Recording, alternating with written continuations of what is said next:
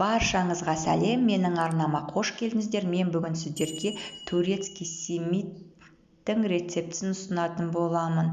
Видеода көргендеріңіздей жұп-жұмсақ, құрамы өте қарапайым, үйдегі бар заттардан жасалынады.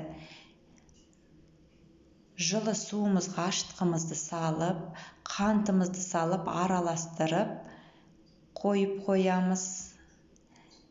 Електен өткізілген ұнымызға тұзымызды салып,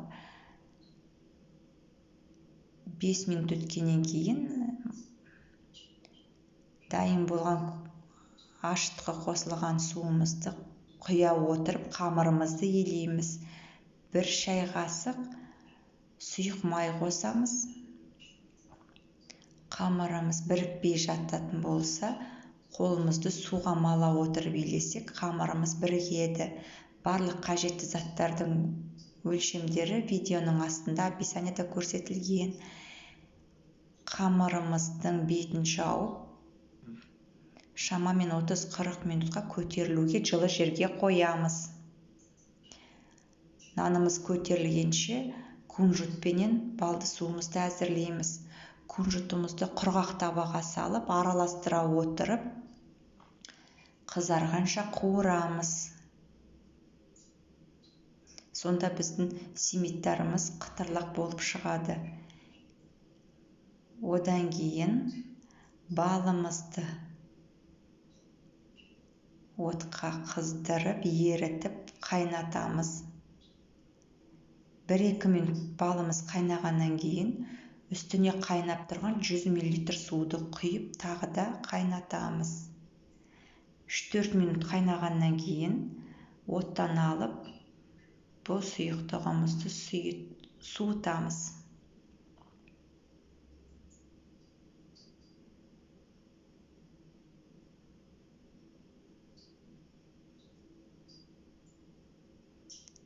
Нанымыз көтерілді. Енді осы қамырымызды бірнеше бөліктерге бөлеміз. Бетін салафанмен жауып қоямыз, кеуіп қалмау керек. Енді кезек-кезек нанымызды есе отырып, симиттеріміздің формасын қалыптастырамыз. Видеода көрсетілгендей жасасаңыздар болады.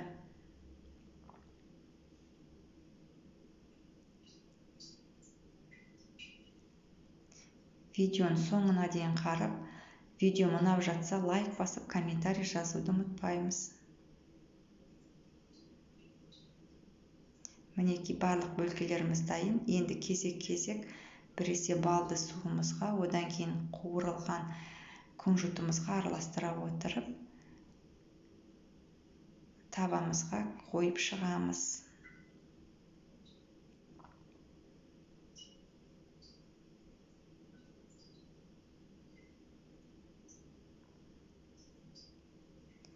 Мінекей енді алдын ала қызып тұрған пешімізге 230 градустағы шамамен 20-25 минутта пісіріп аламыз. Мінекей біздің симиттарымыз дайын. Ас болсын, сіздермен бірге болған Арайлым.